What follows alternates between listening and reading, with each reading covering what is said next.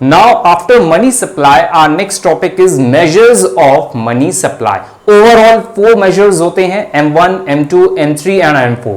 तो चलिए M1 से स्टार्ट करते हैं, उसके पहले एक छोटा सा इंट्रोडक्शन देंगे. Since 1977, 4 measures of money supply M1, M2, M3 and M4 have been evolved. 1977 से 4 measures of money supply evolve हुए हैं, जिसमें M1, M2, M3 and M4 जो 4 हैं हमारे. इसके पहले और कोई चलता था, हम 1977 से आगे कंटिन्यू कर रहे हैं.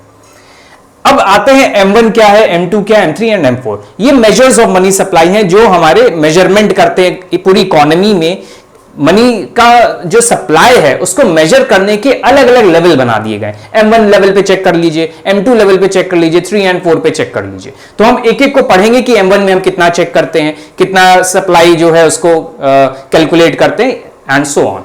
So starting with M1, it is the first and basic measure of money supply. सबसे पहला basic M1, it is the basic one measure of money supply. It is also known as transaction money, जो हम daily transaction करते हैं, purchase and sale, उससे related जितने भी money है वो M1 के अंदर आ रहे हैं, इसीलिए बोला गया it is also known as transaction money, as it can be directly used for making transaction. Directly use करते हैं, जैसे हम करेंसी यूज करते हैं, पेपर कॉइन्स एंड नोट्स, वही चीज इसके अंदर काउंट हो जाएगा.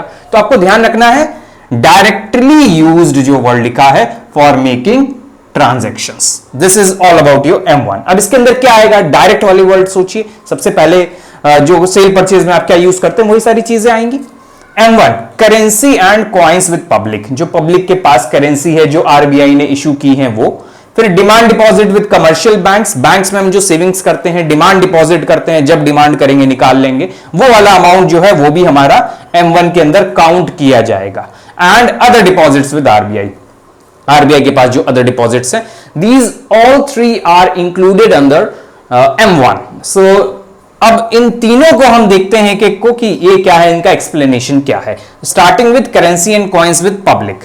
Currency and coins with public, it includes coins of denomination, अभी मैंने बताया जो पब्लिक के पास पैसा है, 5 rupees, 10 rupees and paper notes जो RBI ने इशू किए हैं वो हमारे currency and coins with public के अंदर आएंगे. तो आपको इसी तरह एक्सप्लेन करना है. M1 लिख दीजिए, फिर M1 इसके 3 जो भी हेड्स हैं उसको लिखकर उसको एक्सप्लेन कर दीजिए एक एक करके. हमने अभी पहला एक्सप्लेन कर दिया, currency and coins with public.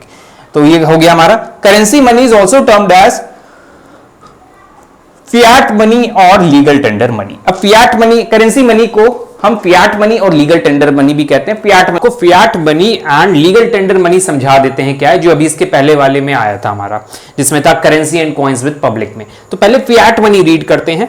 Fiat money is defined as the money which is under the fiat और order from the government to act as money. Fiat money mostly emergency के टाइम इशू किया जाता है, जिसमें 1 rupee note जो होता है government of India issue करती है. तो ऐसा करेंसी या नोट या कॉइन जो गवर्नमेंट लीगल उसको एक्सेप्टेंस दे रही है एज अ मनी, उसको हम फियाट मनी कहते हैं.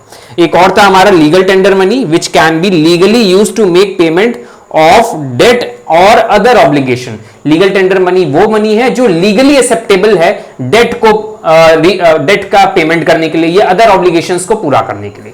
सो this is your Fiat money and legal tender money. अब आते हैं हमारा जो M1 का जो सेकंड वाला था, other deposits with commercial bank. तो sorry, demand deposit with commercial bank. तो वो देख लेते क्या है. डिमांड डिपॉजिट का मतलब होता है ऐसा डिपॉजिट जो मैं डिमांड करूं बैंक से और वो तुरंत हमें पैसा दे दे.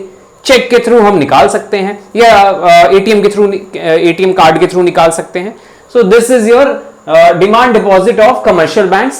Demand deposit which can be easily encashed by using checks.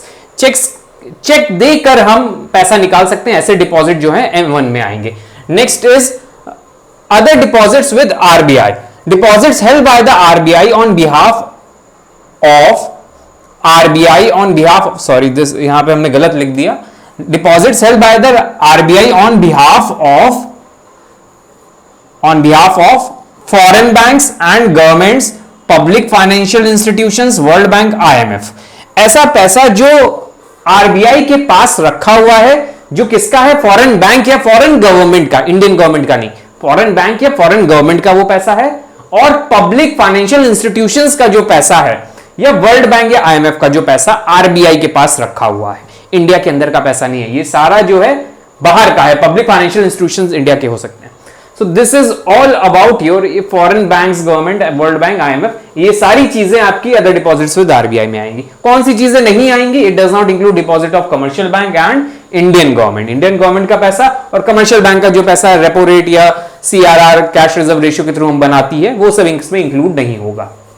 कहां होगा वो आगे देखेंगे। तो this is all about your M1। अब आते हैं M2 की तरफ। M2 और ब्रॉड होता जा रहा है, तो मतलब M1 को भी इंक्लूड कर लेगा अपने में। So this is M2।